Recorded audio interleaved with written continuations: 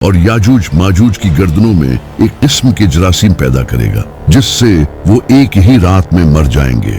یاجوج ماجوج کے خاتمے کے بعد حضرت عیسیٰ السلام علیکم ریشن ویڈیو کے ناظرین، دیکھنے والے سننے والے السلام علیکم۔ آج کی ہماری بہت پیاری اور اچھی ویڈیو ہے قیامت کیسے آئے گی۔ تو دوستو چلو چلتے ہیں ویڈیو کی طرف۔ دجال کے قتل کے بعد لوگ امن کے ساتھ زندگی گزاریں گے۔ اسی دوران اللہ حضرت عیسیٰ علیہ السلام کو حکم دے گا کہ تمام مومنوں کو ماؤنٹ سینا یعنی کوہ طور پر لے جائیں، وہی جگہ جہاں حضرت موسیٰ علیہ السلام اللہ سے بات کیا کرتے تھے، کیونکہ اب کچھ ایسے وحشی لوگوں کو چھوڑ دیا جائے گا کہ کوئی قوم ان سے لڑ نہیں سکے گی۔ تو حضرت عیسیٰ علیہ السلام تمام مسلمانوں کو ماؤنٹ سینا کے قلعے میں لے جائیں گے اور وہی رہیں گے۔ پھر یاجوج ماجوج کو چھوڑ دیا جائے گا۔ یاجوج ماجوج اتنی بڑی تعداد میں ظاہر ہوں گے کہ جب ان کا پہلا گروہ دریائے تبر کے کنارے سے گزرے گا تو اس کا پانی پی کر اسے خشک کر دے گا، اور جب دوسرا گروہ وہاں پہنچے گا تو سوچے گا کہ وہاں کبھی پانی تھا ہی نہیں۔ وہ چونٹیوں اور ٹڈیوں کی طرح چاروں طرف پھیل جائیں گے اور زمین پر تباہی مچائیں گے۔ زمین پر ہنگامہ اور قتل و غارت کرنے کے بعد وہ کہیں گے، ہم نے زمین کی تمام مخلوقوں کو قتل کر دیا ہے، اب ہم آسمان والوں کو مار ڈالیں گے۔ اور پھر وہ آسمان کی طرف تیر چلائیں گے۔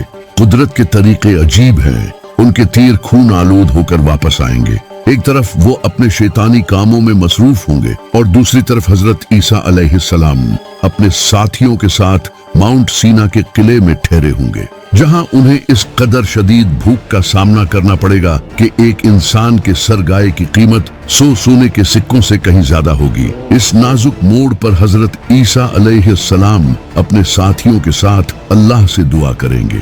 اللہ ان کی دعا قبول کرے گا اور یاجوج ماجوج کی گردنوں میں ایک قسم کے جراثیم پیدا کرے گا جس سے وہ ایک ہی رات میں مر جائیں گے۔ یاجوج ماجوج کے خاتمے کے بعد حضرت عیسیٰ علیہ السلام اور ان کے ساتھی ماؤنٹ سینا سے نیچے اتریں گے اور دیکھیں گے کہ ساری زمین ان کی لاشوں اور بدبو سے بھری ہوگی۔ وہ پھر اپنے ساتھیوں کے ساتھ اللہ سے دعا کریں گے۔ اللہ ایک تیز ہوا بھیجے گا اور ایک قسم کے پرندے آئیں گے اور لاشوں کو اس جگہ لے جائیں گے جہاں اللہ انہیں لے جانے کا حکم دے گا۔ ان کے تیر اور کمان اتنی تعداد میں ہوں گے کہ مسلمان ان کو 7 سال تک آگ کی لکڑی کے طور پر یوز کریں گے۔ اس کے بعد بارش ہوگی جو زمین کو برابر کر دے گی۔ اب اللہ زمین کو پھل پیدا کرنے کا اور آسمان کو اپنی نعمتیں برسانے کا حکم دے گا۔ اللہ کی اتنی رحمت ہوگی کہ ایک انار کو لوگوں کا ایک گروہ اچھے سے کھا سکے گا، اور گائے کا دودھ ایک قبیلے کے لیے کافی ہوگا اور بکری کا دودھ ایک خاندان کے لیے کافی ہوگا۔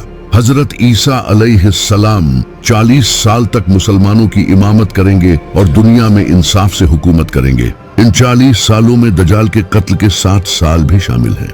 حضرت عیسیٰ علیہ السلام شادی کریں گے اور ان کے بچے بھی ہوں گے۔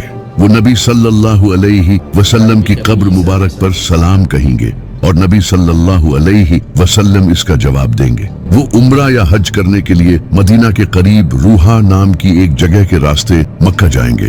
ان تمام واقعات کے ہونے کے بعد وہ وفات پا جائیں گے۔ مسلمان ان کو روزہ صلی اللہ علیہ وسلم کے پہلو میں دفن کریں گے۔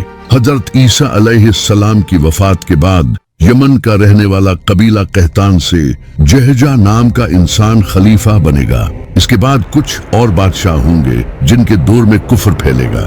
اس دوران ایک گھر مغرب میں اور دوسرا مشرق میں زمین میں دھنس جائے گا جہاں تقدیر کے منکر رہتے ہوں گے۔ پھر ایک عجیب قسم کا دھواں آسمان سے نیچے زمین تک پوری دنیا کو سیاہ کرتا ہوا نظر آئے گا۔ یہ 40 دن تک جاری رہے گا اور مومنوں کو ٹھنڈا کرے گا اور کافروں اور منافقوں کو بے ہوش کر دے گا۔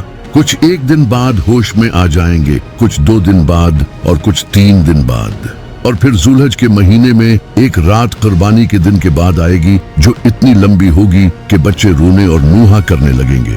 مسافر تھک جائیں گے اور مویشی چرنے کے لیے بہت بے چین ہوں گے۔ لوگ روئیں گے اور معافی مانگیں گے۔ آخر کار سورج تقریباً 3 یا 4 راتوں کے بعد مغرب سے طلوع ہوگا۔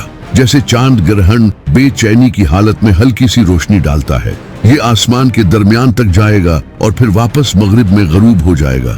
اس کے بعد سورج ہر روز مشرق میں طلوع ہوگا۔ قیامت کی اس نشانی کے ظاہر ہونے کے ساتھ ہی توبہ کے دروازے سب پر بند ہو جائیں گے۔